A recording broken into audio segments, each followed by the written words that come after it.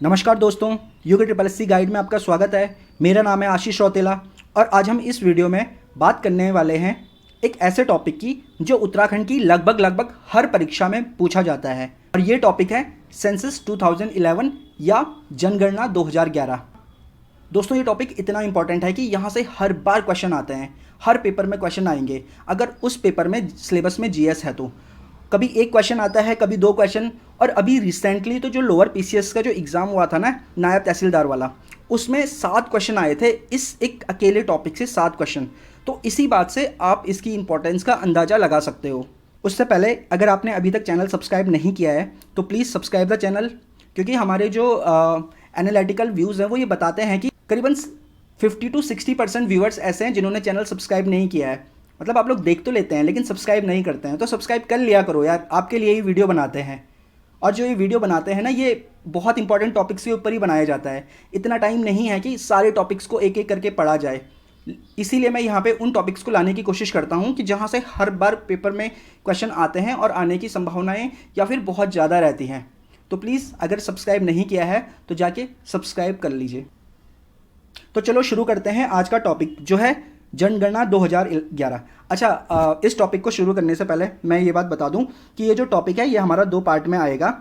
आज जो है वो इसका पार्ट 1 है और जो अगला आएगा वो इसका पार्ट 2 आएगा। मतलब 2 पार्ट में ये जो टॉपिक है ये ख़त्म हो जाएगा। तो जनगणना 2011 टॉपिक का नाम है, तो इसके बारे में एक दो बेसिक सी चीज़ें जान लेते हैं। अच्छा, पहले ये कौन से नंबर की जनगणना है ये ध्यान रख लो। तो ये है 15th, ठीक है। तो ये 15वें नंबर की जनगणना है। तो पहला इसका जो बेसिक पॉइंट है वो ये है कि भारत में पहली जनगणना कब हुई थी। ये हुई थी 1872 में, और किसके कार्यकाल में हुई थी? लॉर्ड मेयो के कार्यकाल में। दूसरा इंपॉर्टेंट पॉइंट ये है कि जो ये जनगणना है ये विधिवत रूप से कब स्टार्ट हुई थी। तो विधिवत रूप से ये 1881 में स्टार्ट हुई थी और उस टाइम पे कार्यकाल किसका था? रिपन का कार्यकाल था। तो रिपन के कार्यकाल में ये विधिवत रूप से जनगणना स्टार्ट हुई थी। बात करते हैं कुल जनसंख्या की। उत्तराखंड राज्य की जो जनसंख्या है वो देश की जनसंख्या का 0.83% है, जबकि उत्तराखंड का जो कुल क्षेत्रफल है वो देश के क्षेत्रफल का 1.69% है। अब बात करते हैं उत्तराखंड की कुल जनसंख्या में जो अनुसूचित जाति है यानी कि जो एससी है, इनका प्रतिशत कितना है? इनका प्रतिशत है 18.8%। और ये पेपर में आ चुका है। लोअर पीसीएस का पेपर हुआ था 2021 में, उसमें ये क्वेश्चन पूछा जा चुका है। अब इसके बाद आता है अनुसूचित जनजाति यानी कि जो एसटी का जो प्रतिशत है उत्तराखंड की जनसंख्या में वो कितना है? 2.9% है। देखो 18.8% किसका है? जो अनुसूचित जाति है यानी कि जो एससी है, इनका प्रतिशत आ चुका है पेपर में, तो चांसेस हैं कि अगली बार वो अनुसूचित जनजाति का प्रतिशत पूछ ले। फिर अगला पॉइंट आता है कि 2011 की जनगणना के अनुसार उत्तराखंड का कौन सा स्थान था। तो उत्तराखंड का 20वां स्थान था जनसंख्या में। 2011 की जनगणना के अनुसार उत्तराखंड का देश में 20वां स्थान था। लेकिन वर्तमान में कितना है? वर्तमान में है 21वां। तो वर्तमान में कितना है ये इतना इंपॉर्टेंट नहीं है, क्योंकि ज़्यादातर क्वेश्चन यही आते हैं कि 2011 की जनगणना के अनुसार कितना था। तो वो इंपॉर्टेंट होता है जो 2011 की जनगणना के अनुसार पूछा हुआ है। अब इसके बाद अगला पॉइंट आता है उत्तराखंड में सर्वाधिक जनसंख्या वाला जिला। उत्तराखंड में सर्वाधिक जनसंख्या वाला जिला है हरिद्वार। और सबसे कम जनसंख्या वाला जिला कौन है उत्तराखंड में? तो ये हो जाएगा रुद्रप्रयाग। सबसे ज़्यादा हरिद्वार है, सबसे कम रुद्रप्रयाग है। नेक्स्ट पॉइंट है कि उत्तराखंड राज्य में 10 लाख से अधिक जनसंख्या वाले कितने जिले हैं? तो ये हो जाएंगे 3 जिले। कौन से? हरिद्वार, देहरादून और उधम सिंह नगर। फिर जो ये अगला पॉइंट है ये है कि जो जनसंख्या है उनको बढ़ते क्रम और घटते क्रम 2 चीज़ों से हम अरेंज कर सकते हैं। तो अगले पॉइंट में लिखा हुआ है कि सर्वाधिक जनसंख्या व जनसंख्या प्रतिशत वाले जिले घटते क्रम में। मतलब हमको सबसे ज़्यादा जनसंख्या वाला जो जिला है उसको पहले रखना है, उसके बाद जो उससे कम जनसंख्या वाला है वो रखना है, फिर जो इससे कम है वो रखना है। इस तरीके से चलना है। तो सबसे ज़्यादा जनसंख्या किसकी है? हरिद्वार की है। हरिद्वार के बाद है देहरादून की, देहरादून के बाद है उधम सिंह नगर की, और उधम सिंह नगर के बाद है नैनीताल की। तो जो सबसे ज़्यादा 4 जनसंख्या वाले ज़िले हैं वो ये हैं। ठीक इसी तरीके से जो सबसे कम जनसंख्या वाले 4 ज़िले हैं उनको अगर हम बढ़ते क्रम में रखते हैं तो वो हो जाएंगे, पहला हो जाएगा रुद्रप्रयाग। मतलब सबसे कम जनसंख्या किसकी है? रुद्रप्रयाग की।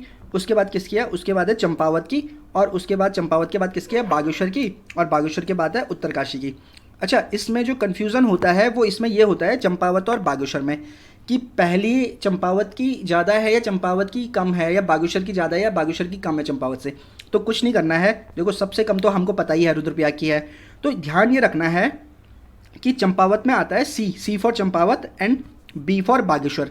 तो जैसे हम अल्फ़ाबेटिकली पढ़ते हैं तो बी के बाद सी आता है, लेकिन यहाँ पे रिवर्स है, यहाँ पे उल्टा है, यहाँ पे पहले सी आएगा फिर बी आएगा। तो रुद्रप्रयाग के बाद चंपावत आ जाएगा और चंपावत के बाद बागेश्वर आ जाएगा और उसके बाद उत्तरकाशी आ जाएगा। ये जो क्वेश्चन है ये उत्तराखंड लोक सेवा आयोग की यूकेपीसीएस की जो लोअर एग्जाम की परीक्षा हुई थी 2021 में, उसमें पूछा गया था। तो आप देख लो कि इस तरीके से भी क्वेश्चन पूछे जाते हैं। अब जो हमारे पास नेक्स्ट पॉइंट आता है वो आता है 0 से 6 आयु वर्ग के बच्चों की जनसंख्या। मतलब आप 0 से 6 आयु वर्ग की जनसंख्या बोलो या फिर शिशु जनसंख्या बोलो, बात एक ही है। तो जो उत्तराखंड राज्य की जो कुल जनसंख्या है ना, उसमें शिशु जनसंख्या का जो प्रतिशत या अनुपात है वो कितना है, 13.44%। राष्ट्रीय स्तर पर शिशु लिंगानुपात कितना है, 919 है। और राज्य स्तर पर कितना है शिशु लिंगानुपात, यह है 880।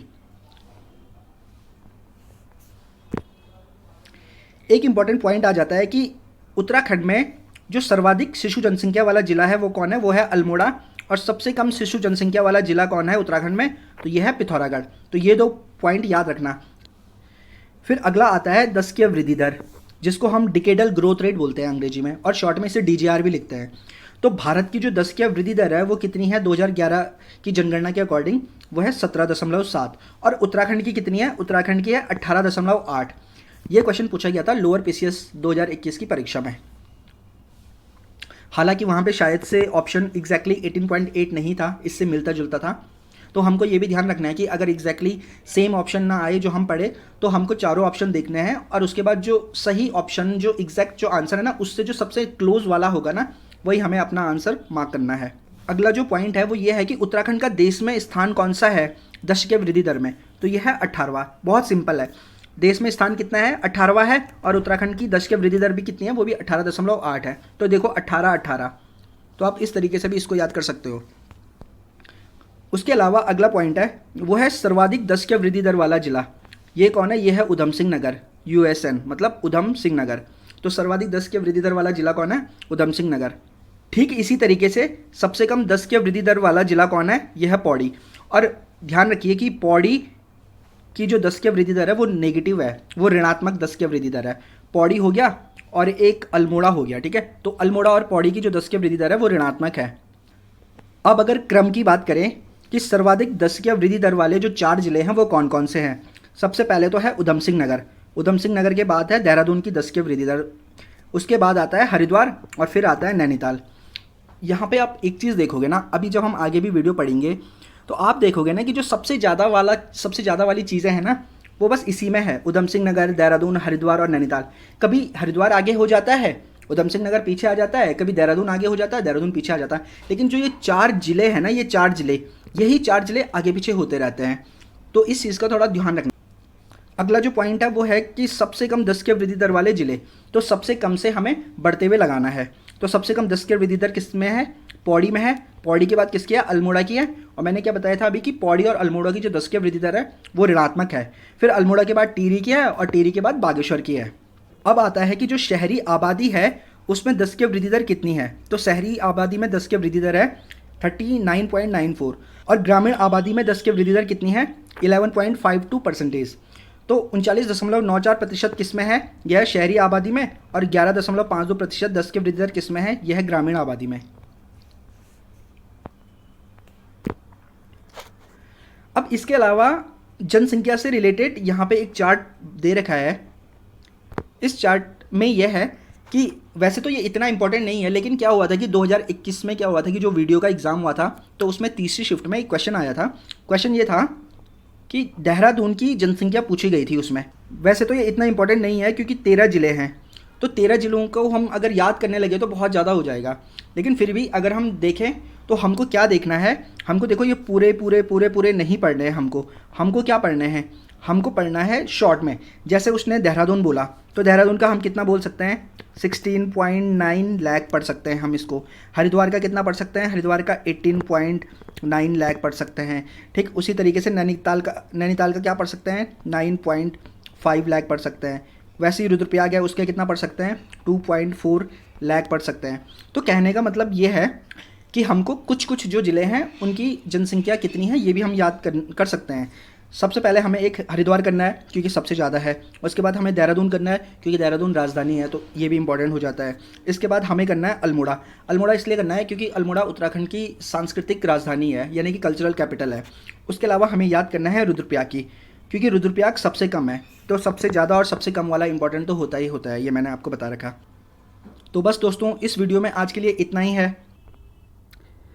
Thank you so much for watching the video. अगर आप नए हो या फिर आपने अब तक चैनल सब्सक्राइब नहीं किया है तो प्लीज़ सब्सक्राइब द चैनल, और हाँ अगर वीडियो पसंद आती है तो लाइक ज़रूर करना। जय हिंद, जय भारत, जय उत्तराखंड।